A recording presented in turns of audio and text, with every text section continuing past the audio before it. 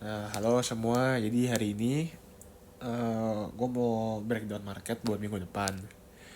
Gue mulai dari indeks USD dulu ya. Kalau lihat dari secara long term, dia menurut gue masih bullish.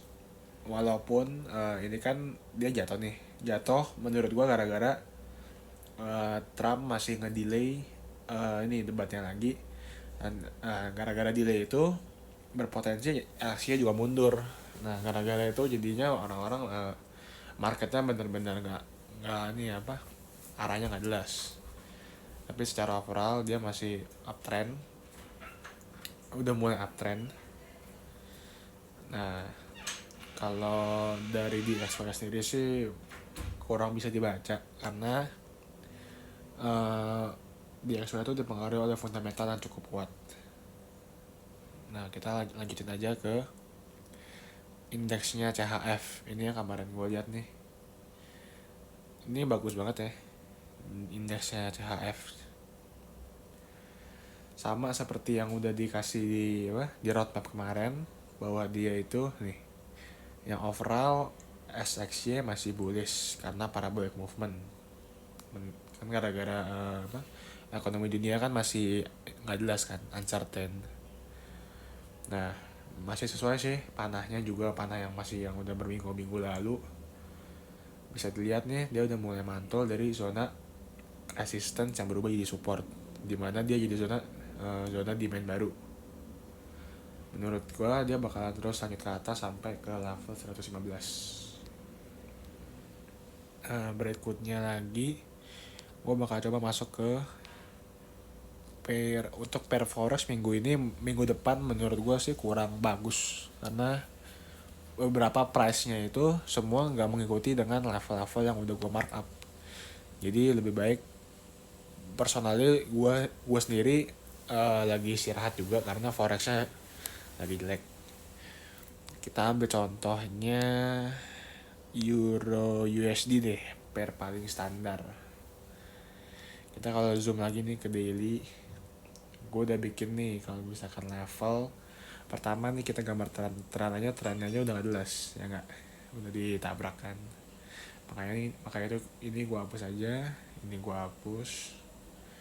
Terus gue coba gambar zona yang menurut gue legit itu kurang lebih di sini, di pas dia reject kan. Tapi balik lagi nih, tetap aja gue nggak suka patternnya forex, terutama ini Euro USD. Secara overall dia masih bullish karena dia udah bikin lower apa lower high, bikin higher high lagi, sekarang bikin lower high lagi, dan yang gue takutin dia bisa lagi ke higher high lagi. Nah kayak dari itu kita mendingan wait and see daripada kita ngebakar duit nggak jelas. Terus masuk lagi ke ini sih, gue ada satu watchlist yaitu GBP AUD. Secara overall GBP masih ini ya, masih bearish. Ini yang GBP AUD, sorry ini gue hapus dulu. GBP AUD ini dia udah ngebentuk formasi double top. Double top yang gue maksud itu yang sabar ya,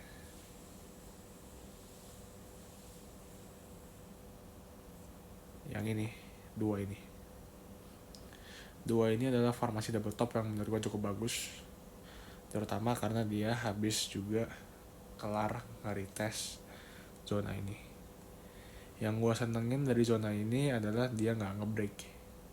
Jadi selama dia naik, dia cuma sekali doang penetrasi, tapi dia nggak kuat, dia jatuh lagi, bikin lagi, mau naik lagi nggak kuat, reject lagi.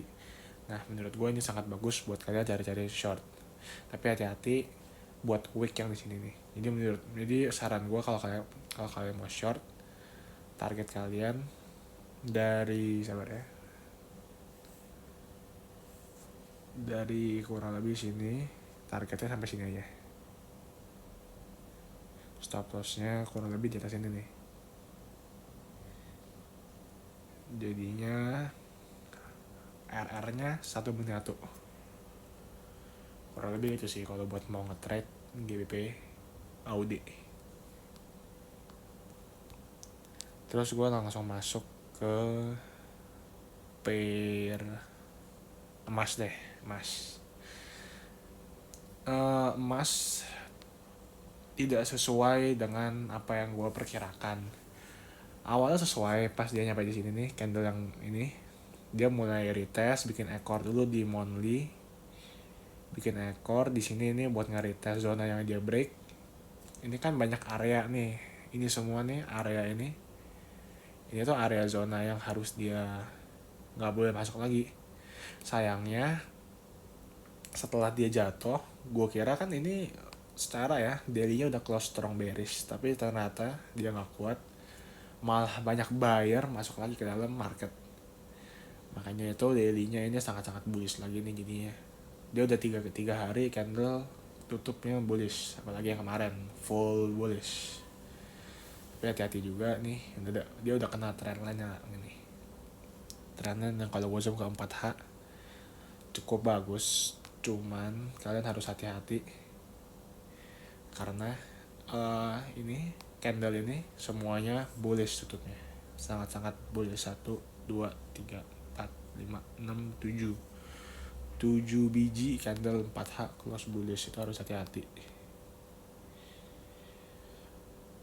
Walaupun ini gue masih belum buka posisi buy di XAU, tapi gue ada trading emas fisik, jadi gue mainin emas jual beli ke tokonya langsung.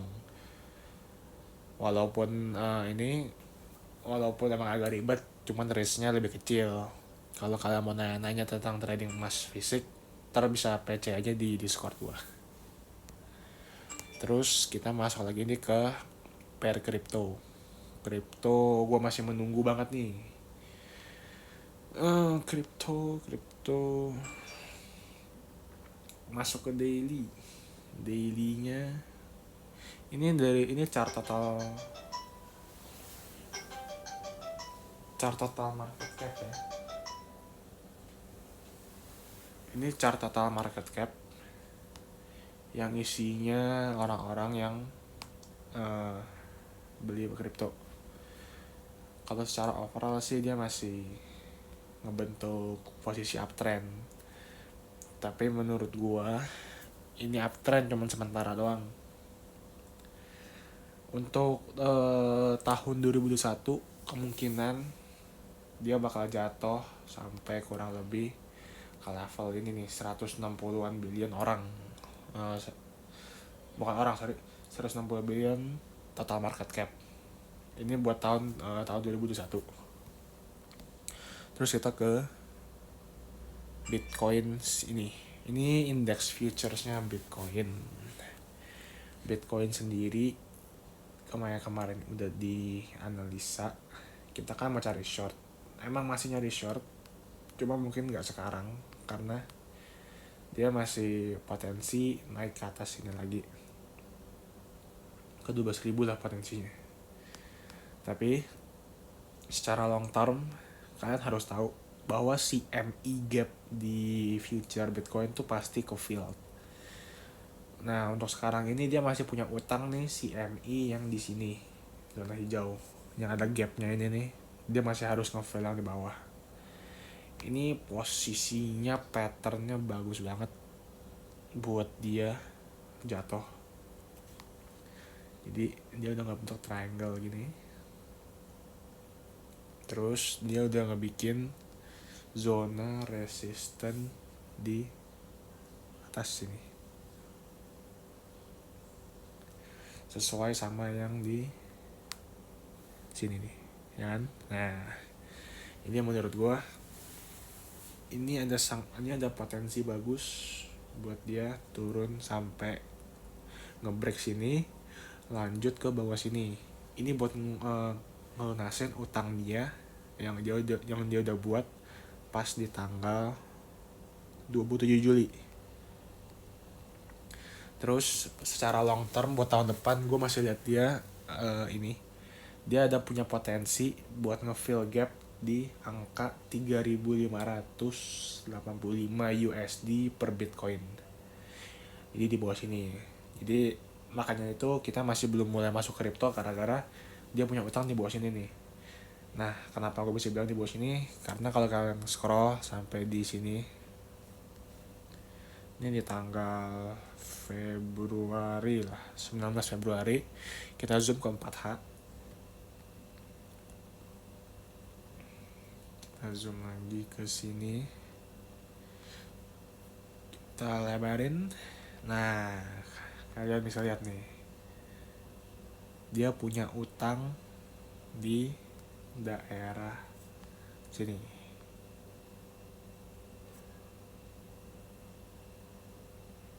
Yang di zona ini. Lihat kan? Nah, ini yang bikin kita dan member-member juga pada hati-hati. Makanya itu kemarin gue lepas beberapa kripto gue. Karena Bitcoin punya potensi buat nge-fill gap di angka 3.500-an ini. Yang dia buat pada tanggal 19 Februari tahun lalu. Ya kan? Nah, makanya itu semenjak itu dia nggak pernah ke bawah lagi kan, naik doang, naik sampai sekarang harganya udah di mana nih, 11.000 bahkan. Makanya dari itu gue masih menunggu dia buat ke bawah lagi sampai sini. Kalau dia di sini, gue bisa pastiin ke kalian gue bakal borong banget, bos, terus buat ditahan beberapa ini ya, bisa dibilang semi investing ya, 6 sampai 1 tahun, 6 bulan sampai 1 tahun. Nah, kalau misalkan Bitcoin ke harga segitu, gue punya 3 macam koin yang gue pantau buat gue investasi di tahun depan.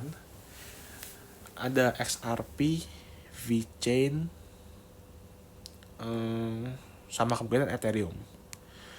XRP sendiri gue masih melihat dia bullish, tapi bullishnya sama sementara ya. Ingat yang Bitcoin itu kan jadi raja, semua altcoin pasti ngikutin dia. Kalau misalkan Bitcoin ke 3.000, XRP punya potensi ke level 0,10 sen sampai 0,12 sen. Ini berdasarkan dari trendline yang dia udah break, yang dia udah buat dari tahun 2018. Trendline ini berjalan terus sampai akhirnya dia break pada tanggal 6 Juli 2020. Tapi semenjak dia break dia nggak pernah nge-retest trendline yang ini, trendline major trendline yang ini. Makanya dari itu gue masih punya gue masih suspek dia masih bakalan turun sampai ke 5 zona hijau. Zona hijaunya jadi zone buy gue. Jadi kalau dia udah nyampe sini gue bakalan mulai ngebeliin dengan metode averaging down sampai ke sinilah. Gue bakal beli terus. Jadi ingat ya, kalian kalau investing nggak boleh langsung cemplungin semuanya, tapi kalian harus cicil perlahan-lahan. Terus ada lagi VeChain, projectnya bagus. Sayang kripto masih belum dipakai full di global ini. VeChain gue masih menunggu dia ke daerah sini ataupun di sini. Di sini area zona gue nih 0,008. Terus gue coba singgung saham dikit. Mau watchlist pribadi gue ada TLKM. TLKM sendiri gue udah beli di sini. Angka 2.600-an lah kemarin gue beli. Sekarang udah 2.700. Tapi untuk TLKM gue nggak beli secara banyak. Gue masih suspek dia bisa potensi koreksi lagi buat bulan Oktober. Makanya dari itu gue beli posisinya nggak banyak. Gue masih menunggu dia ke harga 2450 atau mungkin bahkan dia bisa ke bawah lagi ke level ini. Gue bakal tetap terus beli TLKM karena TLKM sendiri kan yang kita pakai sehari-hari. Terus dia juga memiliki jaringan yang kuat. terutama walaupun IndiHome cacat, tapi ya yang kita bisa ekspektasi dia bakalan inovasi terus ke depannya. Terus kemarin ada juga direkomendasiin saham-saham konstruksi, terutama kita buka di Adikarya. Adikarya bagus banget secara monthly, udah di bawah banget. Ini udah termasuk buy zone ya, area sini nih 400 sampai 500an ya, ini sangat-sangat buy zone. Adi itu buat ditahan long termnya itu 1 tahun lah, setahun, 6 bulan sampai setahun lah.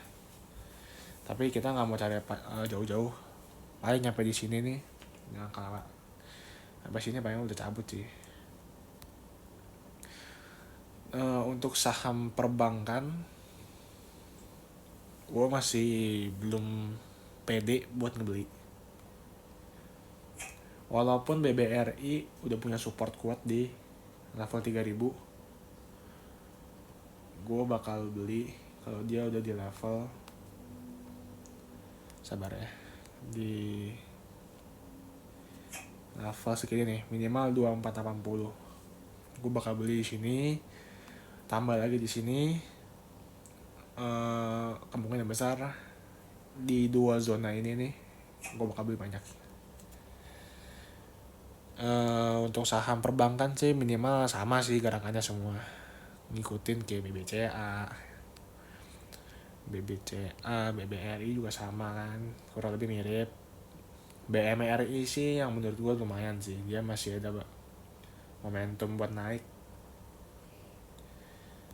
Nah, untuk itu, oh ya BMTR kemarin kan keluar tuh, emang serem sih BMTR, karena yang gue ngeri BMTR itu banyak bandar yang mainin. Jadi lebih baik kita main saham yang blue chip, kayak saham perbankan, sama kayak misalkan saham ini nih, Gudang Garam, HMSP itu bagus-bagus.